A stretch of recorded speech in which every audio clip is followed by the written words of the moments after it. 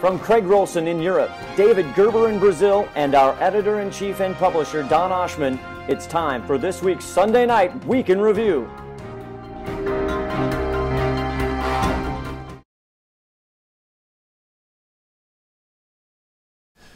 Good evening, and welcome to the current edition of the HydeNet Week in Review. Today is Sunday night, December 14th, and my name is Don Oshman, editor-in-chief and publisher of HydeNet Reports.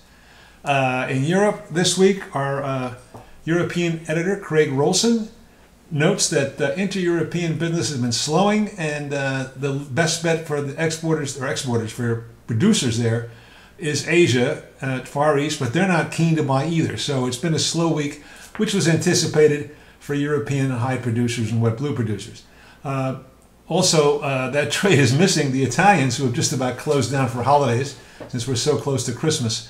So it's a tough time if you have to sell hides, but typically this happens every year, and the people know it and try to sell forward. But this has also put some downward pressure on the abattoir level, on the producers of hides who make them every day, regardless of holiday. And the hide dealers have to take the hides, and they get a little cheaper price now because the demand is down. Same thing is going on in other parts of the world where people buy green contracts and they're not selling, so they put downward pressure on the abattoir selling fresh hides. There's downward pressure, as I said, on UK and Irish hides, fresh hides especially. In the vealskin market, it's very quiet, Craig reports, with a softer undertone. There's varies from size of skin or type of skin, but as you read in one of our reports, for example, that Prada had a bad quarter. Some of the other unbelievably high-priced accessory items, purses, have been down. So the pay anything, whatever it takes to get the atmosphere on European vealskins is not what it was. North German ox eased as well as slaughter number increased. Seasonal slaughter, which increases around this time of year, that put a little pressure on the North German ox prices. And also, Craig reports there's a little light at the end of the tunnel. It's not quite as gloomy and cloudy and stormy as it was in the European sheep and lambskin market. Not that it's improved, not that it's terrific, but it's better. In North America this week, steer prices fell again $2. Prices have fallen over 10% now since the highs at the Shanghai show in early September, and it looks like it's going to keep going for a while.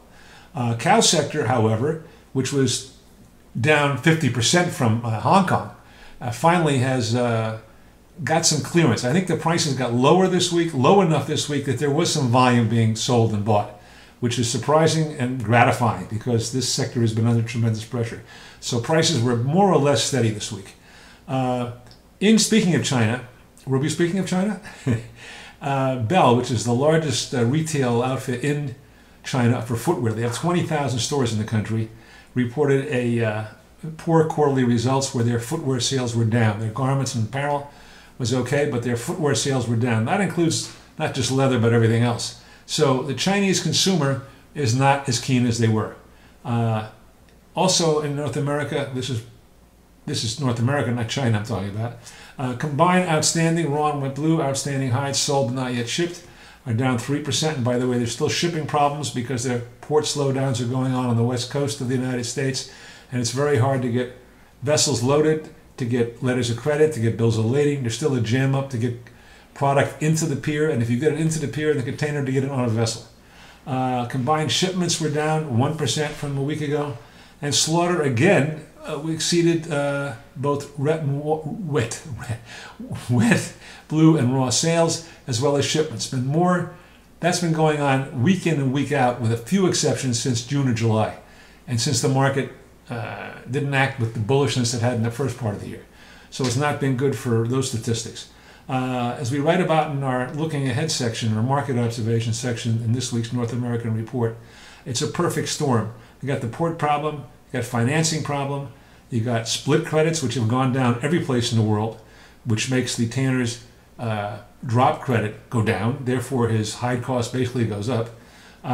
Slow leather sales, downward pressure on prices, and the market could be a lot worse. Considering all the bad things that are going on, the market is not falling out of bed, which is a good sign. And there's maybe a little light someplace on the horizon when the storm is cleared. Watch our forecast to see, because we're right 85% of the time. What's that worth to you?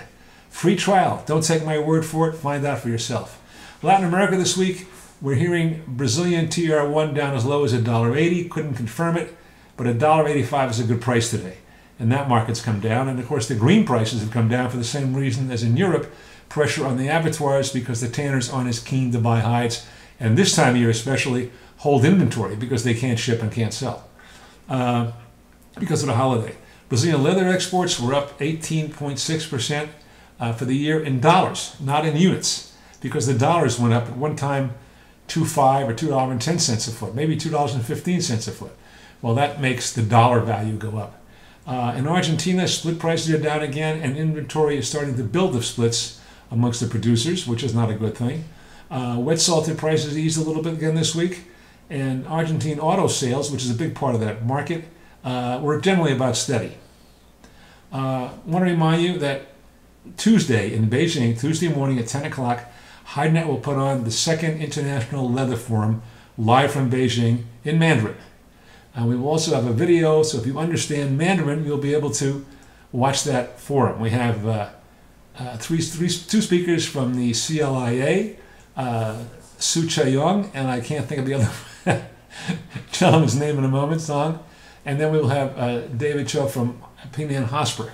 You know what, Hainan Prosper is the largest producer of sheepskins in the world. So they're going to be on our panel, and there'll be a moderator, and you can type in questions. I don't know if you can type them in English. They may be able to understand them, but for certainly you can type them in Mandarin, and they will hopefully answer them. Due to the holidays coming up, this is the last video for the year. We will continue again on January 11th after holidays. And if you're taking a holiday, I hope you have a great one, because we're going to take one, and we're going to hope to have a great one. And I want to wish you all, first of all, I want to thank you for watching. I still want to encourage you to take a trial to see what's going on. And I want to wish everybody a terrific Christmas and a very, very healthy and prosperous New Year. Thanks again for watching. Bye.